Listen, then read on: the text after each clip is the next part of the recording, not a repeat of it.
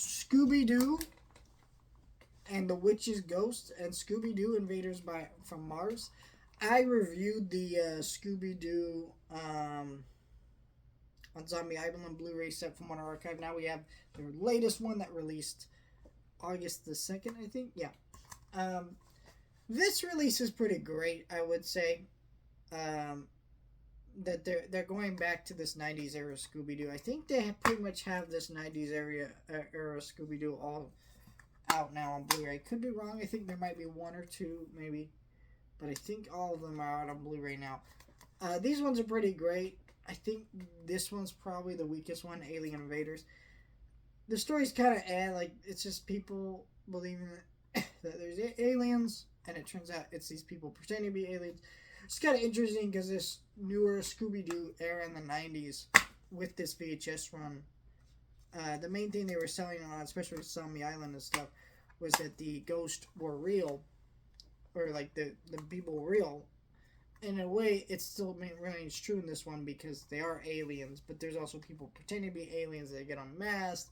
It's kind of returning more of that classic Scooby-Doo formula. I think this one's the weirdest one too because I don't really like. I feel like it's been a running joke that people make fun of Shaggy for being gay, and then he's in this movie like into a dog and a hot woman who end up being aliens, and it works. It's fine, but I always forget that's a thing, and then when I go back to it, I'm like, oh, that's right, that was a thing, and it's really kind of weird,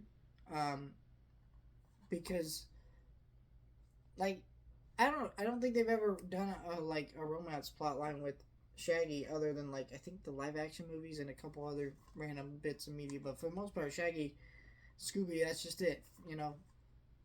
So I don't know. But Scooby-Doo and Witch's Ghost is pretty great. You got Tim Curry as the villain. You got a great ghost who's real. And, yeah, it's all great stuff in this one.